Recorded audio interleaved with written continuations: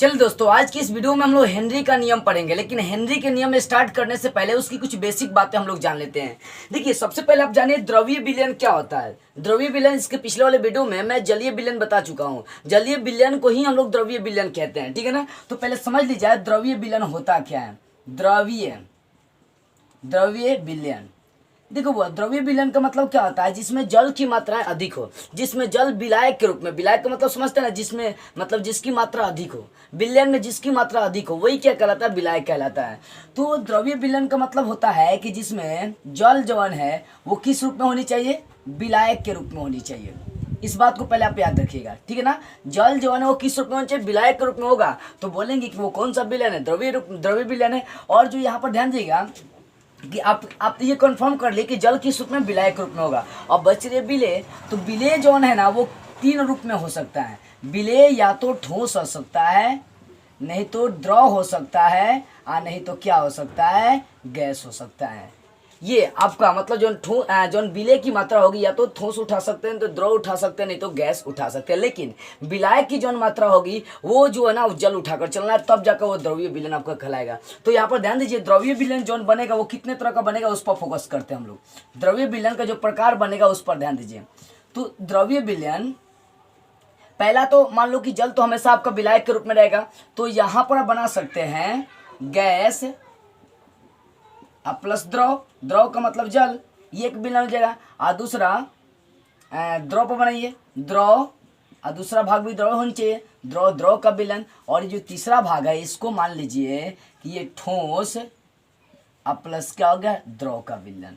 तो तीन तरह का द्रव्य विलयन आपका बनेगा। देखो वो हमेशा जो जल है वो विलायक के रूप में होनी चाहिए, ठीक है ना। तो जल क्या है, द्रव है, तो हमेशा जो जल है वो विलायक के रूप में होगा। और विलेय जो है वो ठोस, द्रव, गैस तीनों अवस्थाओं में हो सकते हैं। इस बात को याद रखिएगा। द्रव्य विलयन किसे कहेंगे, जिसमें जल विलायक के रूप में हो, उसे द्रव्य विलयन चाहे जलीय विलयन कहते हैं। इसके पिछले वाले वीडियो में बता दिया गया था कि जलीय विलयन अजलीय विलयन क्या होता है। जलीय विलयन का दूसरा नाम ही द्रव्य विलयन होता है, ठीक है ना। तो द्रव्य विलयन में क्या, द्रव्य विलयन में जल हमेशा विलायक के रूप में रहेगा, मतलब द्रव, जल को द्रव लेकर चलेंगे, ध्यान दीजिए। लेकिन विलेय जो है वो तीन रूप में हो जाएगा, ठोस, द्रव, गैस। तो विलयन बन जाएगा यहाँ पर आपका विलयन क्या बनेगा, जल ठोस का विलयन, जल द्रव का विलयन, जल गैस का विलयन। तो जल को द्रव मान के चले, द्रव गैस का विलयन उठा लिए, द्रव का विलयन उठा लिए, और द्रव किसका, ठोस का विलयन उठा लिए। देखो अब यहाँ पे एक एग्जांपल लेते हैं।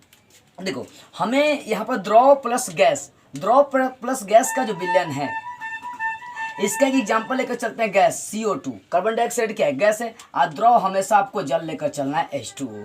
तो ये जो आपका विलयन है, ध्यान दीजिएगा, ये आपका जो विलयन बन जा रहा है।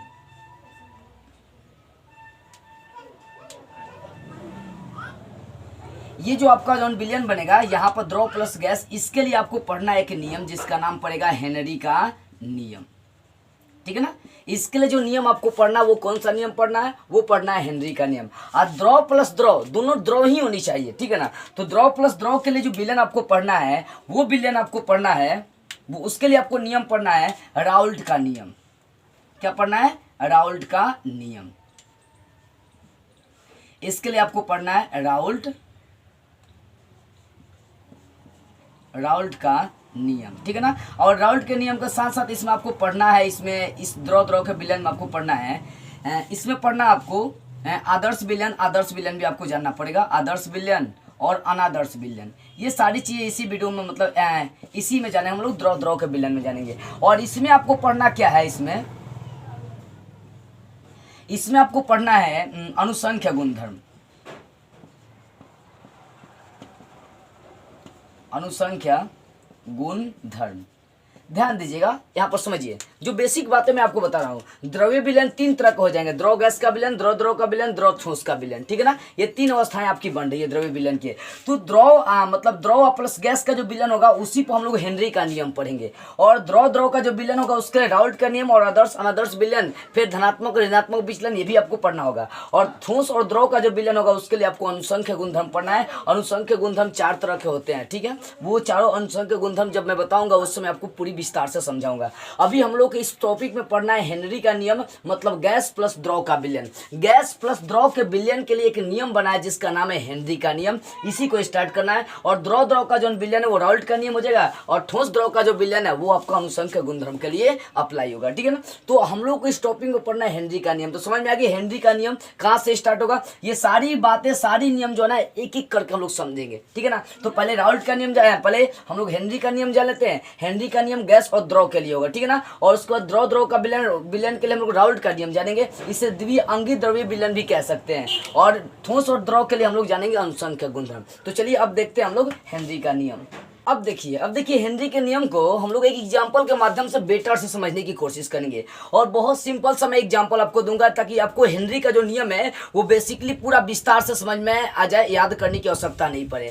चलिए एक एग्जांपल लेकर चलते हैं, सोडा वाटर। सोडा वाटर कैसे बनता है, तो उसमें कार्बन डाइऑक्साइड और क्या मिला रहता है, जल रहता है। आप जो स्प्राइट पीते हैं ना, आप ऐसा बोतल देखे होंगे, ऐसा देखते हैं ना। अब सोचिएगा कि ये जो सोडा वाटर होता है, ये जो हम लोग पानी पीते हैं स्प्राइट के नाम से हम लोग जानते हैं इसको, ये आखिर बनता कैसे है। इस बोतल में भी क्या होता है कि हेनरी का नियम अप्लाई होता है। तो यहाँ पर कैसे होता है उस बात को हम लोग समझेंगे कि आखिर यहाँ पर हेनरी का नियम है क्या। तो इसी पिक्चर को मैं यहाँ पर बोर्ड पर आपको क्या क्लियर किया हूँ। देखिए होता क्या है, सोडा वाटर बनती कैसे है। सोडा वाटर में कार्बन डाइऑक्साइड गैस के रूप में होता है और जो जल होता है वो द्रव के रूप में होता है, ठीक है ना। ये दोनों मिक्सिंग होकर ही एक सोडा वाटर बनता है। देखिए जब बनाई जाती है तो एक बोतल में क्या कर जाती है, एक बोतल में पानी भर दी जाती है। वो पानी नॉर्मल होता है, एकदम साधारण पानी होता है जो हम लोग पीते हैं। अब पानी भरने के बाद क्या कर देते हैं, उसके सिरे पर देखिए एक नींबू लगा दी जाती है, ये नींबू, ठीक है ना। ऐसा यहाँ पर उसके सिर पर नींबू लगा दी जाती है और फिर उसको क्या कर जाती है, एक पाइप के माध्यम से उसको जोड़ दी जाती है। ऐसा इस सब में बोतल क्या कर सकते हैं, ऐसा भरी जाती है। एक बार में 4 5 6 उस ऐसा मशीन होता है कि उसमें 5 6 ऐसे बोतल भर दी जाती है, ठीक है ना। तो ऐसे यहाँ पर भी बोतल भरी जा सकती है। लेकिन एक बोतल की हम लोग चर्चा करते हैं कि आखिर कैसे बनता है। देखिए तो इसमें एक बोतल में पानी होता है, उसके निचले वाले घुंडी पर क्या होता है, नींबू होता है, ठीक है। अब नींबू होने के बाद क्या होता है कि ऐसे पाइप के सहारे क्या कर जाता है, उसको जोड़ दी जाती है और ये जो पाइप होता है इसको नचाई जाती है। अब देखो पाइप नचाई जाती है तो एक मिनिमम टेम्परेचर के लिए, यहाँ पर मिनिमम प्रेशर के लिए एक क्या करी जाती है, यंत्र लगा दी जाती है प्रेशर मापने वाला, कि आखिर उसका प्रेशर हुआ कितना, आखिर इसका जो नॉर्मल प्रेशर है वो आया कि नहीं आया। तो इसके लिए क्या करी जाती है, एक प्रेशर मशीन लगा दी जाती है, मतलब यंत्र लगा दी जाती है जो नापने का काम करता है उसका प्रेशर, ठीक है। और साथ में इसको सिलेंडर से, जो आपका पाइप है इसको सिलेंडर से भी जोड़ दिया जाता है। सिलेंडर से जोड़ दिया जाता है, उसमें कार्बन डाइऑक्साइड होता है, क्या होता है, CO2 होता है, कार्बन डाइऑक्साइड होता है। अब क्या करी जाती है कि जब इस पैप को नचाई जाती है, जब इसको घुमाई जाती है तो घुमाने के बाद इसमें से सिलेंडर से कार्बन डाइऑक्साइड गैस निकलकर इसमें क्या होती है, इसके अंदर प्रवेश कर जाती है और कार्बन डाइऑक्साइड इसके अंदर पूरा एकदम मतलब घुल मिल जाती है। होता क्या है कि जितना आप इसको ना मतलब नचाएंगे ना, इसको, ये जो पाइप है इसको जितना नचाएंगे ना उतना ही अधिक क्या होगा कि इसके अंदर कार्बन डाइऑक्साइड घुलेगा। और जितना कार्बन डाइऑक्साइड घुलेगा ना उतना ही इसका प्रेशर बढ़ते जाएगा, और देखने को क्या मिलेगा कि जौन यहाँ पर ये नींबू आप लगाए थे, अब वो नींबू जौन था ना इस सिरा से यहाँ ऊपरी सिरा पर जाती है, ये ऊपरी सिरा पर चली जाती है। ये एक जादू आपको देखने को मिलता है, ठीक है ना। यहाँ पर समझिए होता क्या है कि मान लो कि इसमें एक बोतल पानी भर दी गई, ध्यान दीजिए, इसमें एक बोतल पानी भर दी गई है और इसके निचले सिरे पर क्या कर जाते हैं, निचले वाले सिरे पर नींबू डाल दी जाती है। जब नींबू डाल दी जाती है और इसको एक सिलेंडर के सहारे, एक पाइप के सहारे मतलब क्या कर चलाई जाती है, तो सिलेंडर से कार्बन डाइऑक्साइड गैस इसके अंदर पूरा प्रवेश कर जाता है और यहाँ पर जो कांच होता है ना, मतलब यहाँ पर जो नींबू होता है वो निकल कर इसके ऊपरी सिरे पर चली जाती है। ये जादू देखने को मिलता है। लेकिन अब जो ये आपका बन जाएगा, जो जल बनेगा, जो अभिक्रिया हुआ वो नॉर्मल पानी नहीं हुआ, वो आपका सोडा वाटर बन गया। मतलब अब इसके अंदर प्रेशर हो गया, इसको बंद कर दिया जाता है। देखिएगा कभी कल आप इसको खोलेगा ना तो एकदम झन की आवाज निकलता है, सो करता है। ऐसे भी नहीं हो तो उसको खोल लेने के बाद इसको दाब कर क्या करेगा, हिलाइएगा। हिलाने के बाद क्या होगा, इसका प्रेशर बढ़ जाएगा और छोड़िएगा ना तो फनाक से ना मारता है, एकदम दूर तक जाएगा इसका प्रेशर। तो होता क्या है कि इसमें गैस की मात्रा बहुत ज्यादा घुल जाता है और जितने गैस की मात्रा अधिक घुलेगा उतने उसका प्रेशर ज्यादा होगा, ठीक है ना। तो जितना कार्बन डाइऑक्साइड घुलेगा ना इसमें, जितना कार्बन डाइऑक्साइड इसमें घुलेगा उतना इसका प्रेशर होता है। कभी आप स्प्राइट, जिसको सोडा वाटर का हम लोग नाम से जानते हैं, कभी आप इसको यूज करके देखिएगा, लाइएगा और लाने के बाद इसको खोल दीजिएगा ढक्कन, और खोलने के बाद इसको दाब को जोर से हिलाइएगा।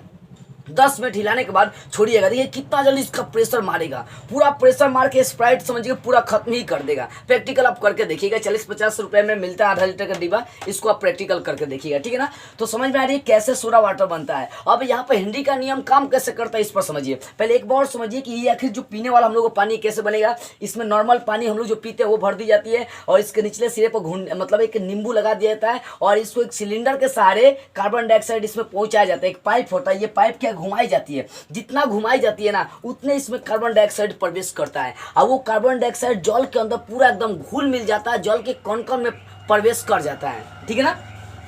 अब देखिए जब जल के अंदर कार्बन डाइऑक्साइड प्रवेश कर जाता है तो जब जल के अंदर कार्बन डाइऑक्साइड प्रवेश करेगा, जितना कार्बन डाइऑक्साइड प्रवेश करेगा मतलब इसके अंदर प्रवेश करेगा उतना इसका प्रेशर मतलब एकदम प्रेशर बढ़ाएगा, इसका प्रेशर उठते जाएगा, प्रेशर बढ़ते जाएगा। आप कभी कल देखे होंगे कि जो स्प्राइट आता है जो हम लोग पीते हैं सोडा वाटर जो दुकान पर से खरीद कर लाते हैं, तो क्या होता है ना कि जैसे उसको गिलास में उझिल कर 10 मिनट 15 मिनट हम लोग छोड़ देते हैं तो वो नॉर्मल पानी बन जाता है, मीठा पानी बन जाता है, मीठा पानी बन जाता है। उसमें कोई कार्बन डाइऑक्साइड गैस होता ही नहीं क्योंकि वो उड़ जाता है खोलने पर।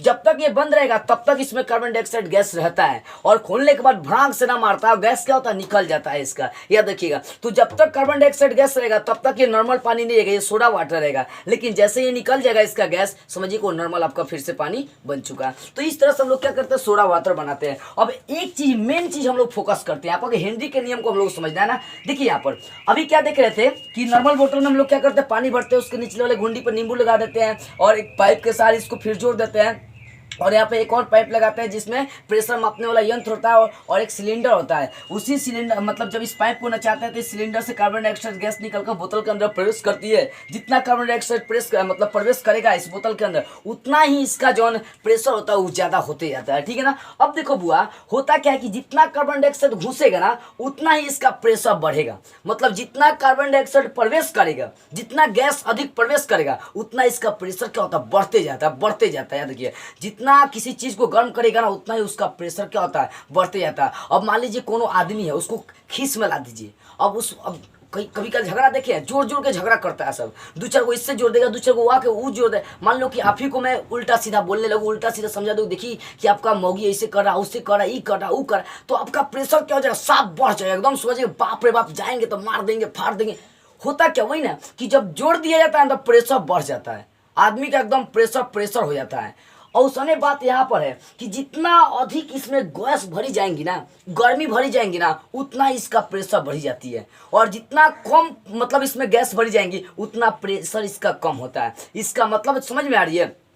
तो जितना इसमें कार्बन डाइऑक्साइड घुल रहा है इसका मतलब वो मोलों की संख्या मतलब मोल प्रभाज हो गया। मोल प्रभाज का मतलब समझ रहे ना, मोल प्रभाज का मतलब क्या होता है कि जितने विलेय की मात्रा किसी विलयन में घुल रही है वो क्या हो गया आपका मोल प्रभाज होता है, ठीक है ना। विलेय की चाहे विलायक की, तो मान लो कि जितना कार्बन डाइऑक्साइड इसमें घुल रहा है तो मोल अंश हो गया उसका, मोल अंश का मतलब मोल प्रभाज हो गया, मोलों की संख्या हो गया। तो वही बात आ रही है कि जितना इसमें गैस का मोल अंश कार्बन डाइऑक्साइड का मोल अंश घुलेगा इसमें उतना उसका प्रेशर बढ़ेगा और जितना कम होगा उतना ही इसका प्रेशर मतलब जितना कम होगा इसमें मतलब जितना कम गैस खुलेगा ना उतना इसका प्रेशर कम होगा। इसका मतलब जो मोल अंश आ रहा है मोल प्रभाज आ रहा है, पढ़ा चुका हूँ मोल प्रभाज में आपको इसके पिछले वाले वीडियो में। जो मोल प्रभाज होता है वो बढ़ेगा तो प्रेशर बढ़ेगा, वो घटेगा तो प्रेशर घटेगा, ठीक है ना। आप नॉर्मल पानी जो होता है गिलास में पानी क्या करेगा समझिए इस बात को ध्यान से, ठीक है। मान लीजिए आपका ये जो पानी है स्प्राइट से आप क्या किए इसको इसमें डाल दिए।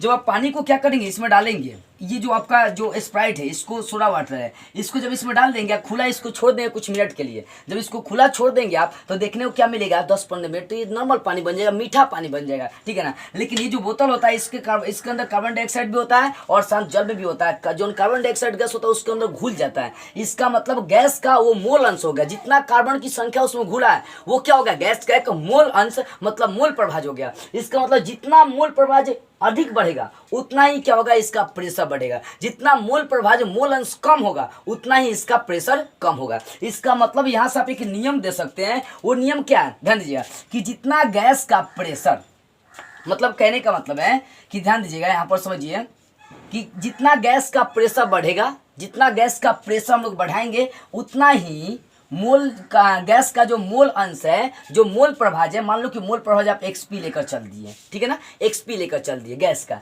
XG लेकर चलिए, मतलब ये गैस का मोल अंश हो गया। तो जितना आप प्रेशर बढ़ाएंगे उतना ही मोल अंश घुलेगा, जितना प्रेशर कम करेंगे उतना ही इसमें कम कण घुलेगा। तो वही बात है कि जो गैस का दाब है, प्रेशर है, जितना गैस का दाब बढ़ाएंगे उतना ही गैस का जो मोल अंश है उतना ही घुलने का काम करता है। यही जो नियम चलता है, यही नियम हेनरी का नियम कहलाता है। इस बात को समझिए, बेसिक से मैं आपको समझाने की कोशिश कर रहा हूँ कि जितना अधिक आप प्रेशर देंगे उतना ही गैस के जो कण है उसमें घुलेगा। इसका मतलब वो गैस का मोल अंश हो गया, मोल प्रभाज हो गया, अणुभिन्नांक भी उसको कहते हैं। 3 नाम से मोल प्रभाज को हम लोग जानते हैं, इसको मोल फ्रैक्शन के नाम से इंग्लिश में जानते हैं। तो जितना प्रेशर बढ़ाएंगे उतना जो मोल अंश है इसमें घुलने का काम करता है। किसका? गैस का। तो गैस का जितना प्रेशर आप बढ़ाएंगे, गैस का जितना प्रेशर बढ़ाएंगे उतना ही मोल अंश घुलते जाएगा, और जितना कम प्रेशर बढ़ाएंगे ना उतना ही कम आपका मोल अंश बनेगा। इसका मतलब गैस का जो प्रेशर है, गैस का जो दाब है, गैस का जो दाब है वो मोल अंश के क्या है? तो समानुपाती होता है। यदि प्रेशर बढ़ेगा तो गैस का मोल अंश बढ़ेगा, प्रेशर घटेगा तो गैस का क्या होगा? गैस का जो मोल अंश है वो भी घटने का काम करेगा। तो ये एक दूसरे पर डिपेंड करता है। जितना प्रेशर होगा, जितना अधिक प्रेशर होगा उतना अधिक मोल अंश, गैस का मोल अंश उसमें बनेगा, उतना जल्दी गैस उसमें घुलने का काम करता है। अब देखिए यहाँ पर, अब ये तो आप जानते हैं कि जैसे ही प्रोपोर्शनल हटाते हैं, पी है तो पी छोड़िए, जैसे ही प्रोपोर्शनल हटाएंगे एक यहाँ बराबर आएगा, बराबर के साथ एक नियतांक आता है, वो KH लेकर चलेंगे, ये आपका XG रह जाएगा जो कहते हो। और ये जो KH है यही हेनरी नियतांक है। क्या है? इसको बोलेंगे, इसको कहेंगे हेनरी नियतांक।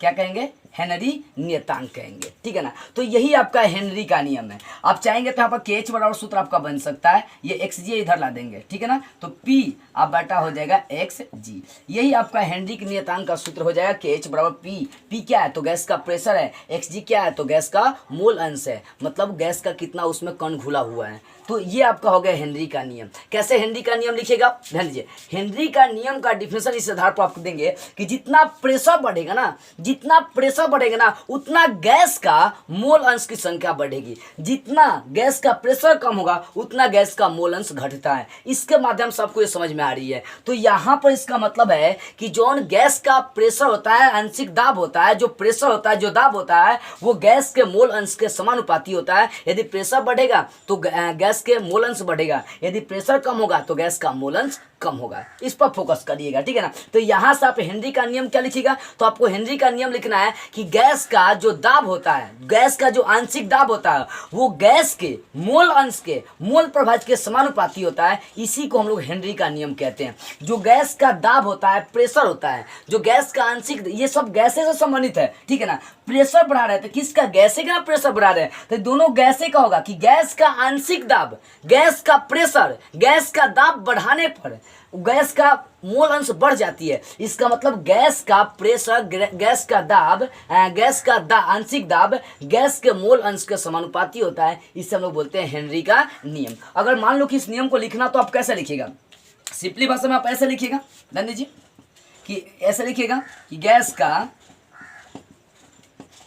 आंशिक दाब, आंशिक दाब, गैस का आंशिक दाब गैस के मूल अंश के समानुपाती, समानुपाती होते हैं। इसी नियम को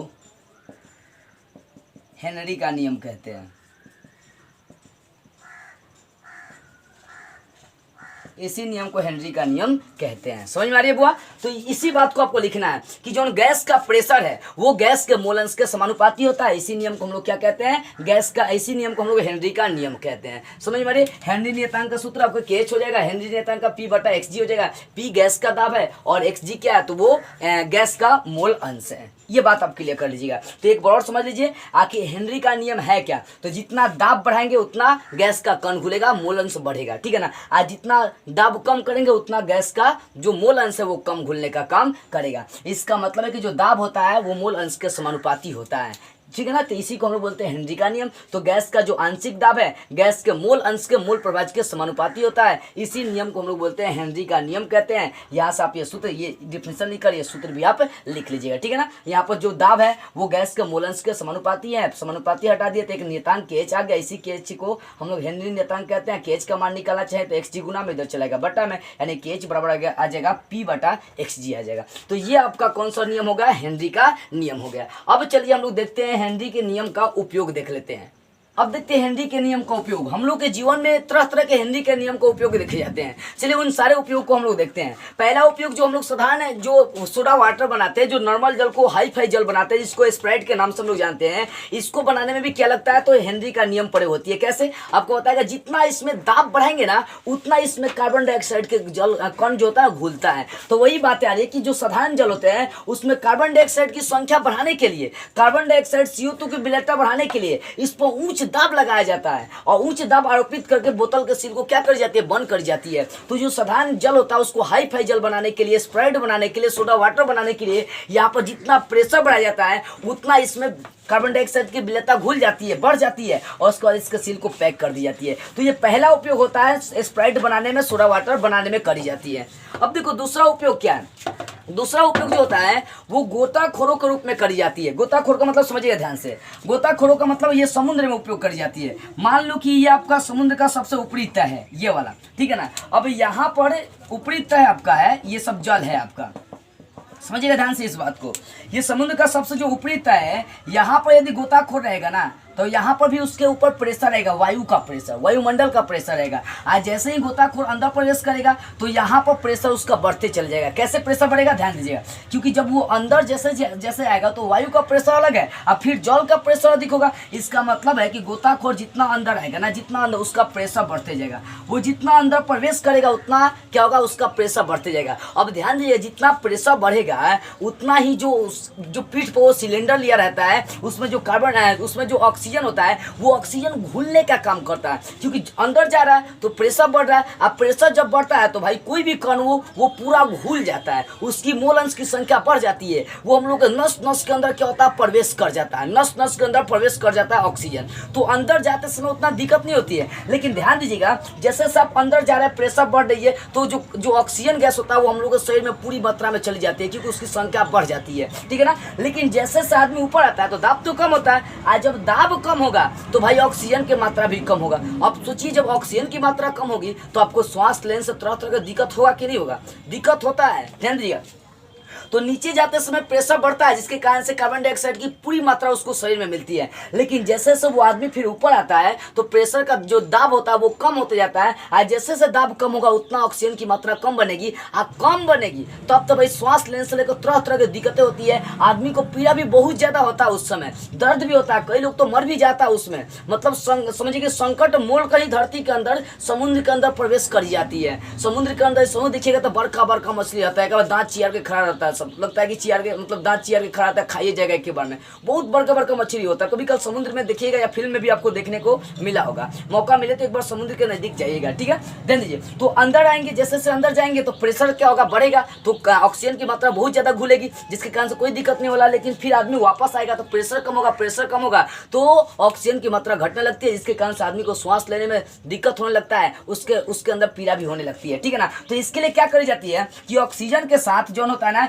हीलियम मिला दी जाती है। हीलियम जो होता है ना वो पूरी तरह से घुलता नहीं है, ऑक्सीजन घुल जाएगा लेकिन हीलियम नहीं घुलता है। भले आप नीचे जाइए चाहे ऊपर जाइए, नहीं घुलने का काम करता है। ये जो हीलियम होता है ऑक्सीजन के साथ मिलकर हम लोग को मतलब अधिक मात्रा में ऑक्सीजन देने का काम करता है। तो जौन अंदर जाता है, समुद्र के अंदर जाता है सिलेंडर लेकर, मतलब पीठ पर ऑक्सीजन लेकर, उसके साथ साथ हीलियम गैस में मिला दी जाती है, जिसके कारण से उसके जान को बहुत ज़्यादा नुकसान नहीं पहुंचता। समझिए क्या है, तो गहरे समुद्रों में गोताखोरों के इस्तेमाल करने वाले यंत्रों में जब ऑक्सीजन के आंशिक दाब की कमी होती है, क्योंकि ऊपर आएगा तो आंशिक दाब की कमी हो जाती है, तो O2 गैस के साथ हीलियम के साथ O2 गैस को हीलियम के साथ मिश्रित करके गोताखोरों तक पहुंचा दिया जाता है कि यार ऑक्सीजन जैसे से प्रेशर उसका कमी होगा, प्रेशर में कमी नहीं आएगी तो भाई उसको ऑक्सीजन नहीं मिलेगा। तो उसके लिए क्या करी जाती है, उसके सिलेंडर में H हीलियम मिला दिया जाता है। ये मिला देने के बाद गोताखोरों को नाक उक सब मुंह में एकदम बढ़िया से जाता है ताकि उन्हें सांस लेने में कोई कठिनाई नहीं हो, दिक्कत नहीं हो। तो ये जो होता है ना हेनरी का नियम का यहाँ भी प्रयोग हो रही है कि जैसे जैसे अंदर जा रहा है, जैसे जैसे वो अंदर जाएगा वैसे वैसे उसका प्रेशर बढ़ेगा, प्रेशर बढ़ेगा तो वहाँ पर जो ऑक्सीजन की मात्रा पूरी तरह से उसको मिलती है। लेकिन जैसे जैसे ऊपर आएगा ना वहाँ पर क्या होगी कि ऑक्सीजन की मात्रा कम होगी तो भाई उसको सांस लेने में तरह तरह की दिक्कतें होने लगती है, पीड़ा भी होने लगती है। इसके लिए क्या करी जाती है, हीलियम मिला दी जाती है ताकि उसे सांस लेने में कहीं दिक्कत नहीं हो। तो समझ में आ रही है, अंदर जा रहा है तो प्रेशर बढ़ रहा है तो ऑक्सीजन की मात्राएं बढ़ रही है, ऊपर आ रहा है तो प्रेशर कम हो रहा है, इसका मतलब है कि वहाँ पर ऑक्सीजन की मात्राएं कम हो रही है। तो ये क्या है, हेनरी का नियम है, बढ़ेगा तो बढ़ेगा, घटेगा तो घटेगा। ये दूसरा उपयोग समझ गए। तीसरा देखिए हेनरी का नियम का उपयोग क्या है। तीसरा क्या है कि जो अधिक ऊंचाई पर लोग जाते हैं, जितने आप अधिक ऊंचाई पर जाएंगे ना उतने ऑक्सीजन की मात्राएं कम होती है। अब जो पर्वत पर लोग रहा करते हैं, पर्वतारोही जो होते हैं, जो बहुत अधिक ऊंचाई पर पर्वत वाले पर्वतारोही से अधिक ऊंचाई वाले स्थानों पर जो रहते हैं वहाँ पर ऑक्सीजन की कमी होती है। ऑक्सीजन की कमी होने का क्या है कि जितना आप ऊपर जाएंगे प्रेशर का, देखो जितना नीचे जाएंगे उतना प्रेशर ज्यादा मिलेगा, जितना ऊपर जाएंगे उतना प्रेशर कम होता है, मतलब दाब कम होता है। तो यहाँ भी क्या लग रहा है, तो यहाँ भी हेनरी का नियम लग रहा है। ऊपर जा रहे हैं तो भाई कम हो रहा है क्योंकि प्रेशर कम, तो वहां पर ऑक्सीजन की मात्रा कम, नीचे आएंगे तो प्रेशर ज्यादा, यहाँ पर ऑक्सीजन की मात्रा बहुत ज्यादा होती है। तो वही बात आ रही है कि जो पर्वतारोही होते हैं, जो अधिक ऊंचाई वाले स्थानों पर रहते हैं, वहाँ पर ऑक्सीजन की मात्रा में बहुत ज़्यादा कमी रहती है, जिसके कारण से वो लोग बहुत कमजोर होते हैं और सोचने समझने की क्षमता भी बहुत ज़्यादा कम होती है वैसे वैसे लोगों के पास। ठीक है, तो वही बात है कि अधिक ऊंचाई वाले स्थानों पर O2 का आंशिक दाब कम होता है, मतलब अधिक ऊंचाई वाले स्थान पर ऑक्सीजन का आंशिक दाब कम होता है, प्रेशर बहुत ज़्यादा कम होता है। कम होने के कारण से जो पर्वतारोही होते हैं, अधिक ऊंचाई वाले स्थानों पर रहने वाले व्यक्तियों में ऑक्सीजन की मात्रा की कमी होती है, जिसके कारण से शरीर क्या होता है, कमजोर होने लगता है और कमजोर होने के कारण से उनमें सोचने की क्षमता कम हो जाती है और इस अवस्था को हम लोग एनोक्सिया के भी नाम से हम लोग जानते हैं। तो ये भी क्या है, एक हेनरी का नियम ही है कि जितना ऊपर जा रहा है प्रेशर कम हो रहा है तो ऑक्सीजन की कमी आ रही है, जितना नीचे आ रहा है ऑक्सीजन की मात्रा बहुत ज्यादा बढ़ते जा रही है। तो ये 3 गो हेनरी का नियम का उपयोग है। यहाँ पर पहला में आपने क्या देखा कि जितना प्रेशर बढ़ाएंगे उतना कार्बन डाइऑक्साइड की मात्रा बढ़ जाती है, उसके बाद बोतल में सील पैक कर दी जाती है, वो आपका स्प्राइट सोडा वाटर बन जाता है। ठीक है ना। दूसरा क्या था कि जैसे जैसे समुद्र के अंदर जाएंगे वहां पर प्रेशर बढ़ेगा, तो वहां पर प्रेशर बढ़ेगा तो ऑक्सीजन की मात्रा शरीर में बहुत ज्यादा प्रवेश करेगी, फिर ऊपर आएंगे तो ऑक्सीजन की मात्रा कम होगी क्योंकि प्रेशर कम हो जाता है। अब प्रेशर कम होने के कारण से पीड़ा हो, इसके लिए क्या पीड़ा होने लगती है, मतलब श्वास लेने में दिक्कत होने लगती है। इसके लिए जो सिलेंडर होता है ऑक्सीजन वाला उसमें हीलियम मिला दी जाती है ताकि उन्हें श्वास लेने में कोई दिक्कत नहीं हो। और तीसरा क्या है, जितना ऊपर जाएंगे आंशिक दाब कम होगा, ऑक्सीजन की कमी होगी, तो ऑक्सीजन की कमी होगी, मतलब कहने का मतलब है कि जितना ऊपर जाएंगे उतना प्रेशर कम होगा तो ऑक्सीजन की कमी होगी, जितना नीचे आएंगे तो प्रेशर बहुत ज्यादा होगा तो ऑक्सीजन की मात्रा बहुत ज्यादा मिलने का काम करती है। ठीक है ना। तो जो पर्वतारोही लोग होते हैं उनको ऑक्सीजन बहुत ज्यादा नहीं मिलते, जिसके कारण से कमजोर होते हैं, सोचने समझने की ज्यादा क्षमता नहीं होती है, इस अवस्था को एनोक्सिया भी कहते हैं। तो ये 3 उपयोग क्या है, हेनरी के नियम का उपयोग है। ठीक है ना। ये बातें आपको बेटर से हेनरी का जो नियम है वो बेटर से आपको समझ में आ गई होगी। तो बस आज की इस वीडियो में इतना ही, अगले वीडियो में हम लोग एक नई टॉपिक को स्टार्ट करते हुए फिर मिलेंगे।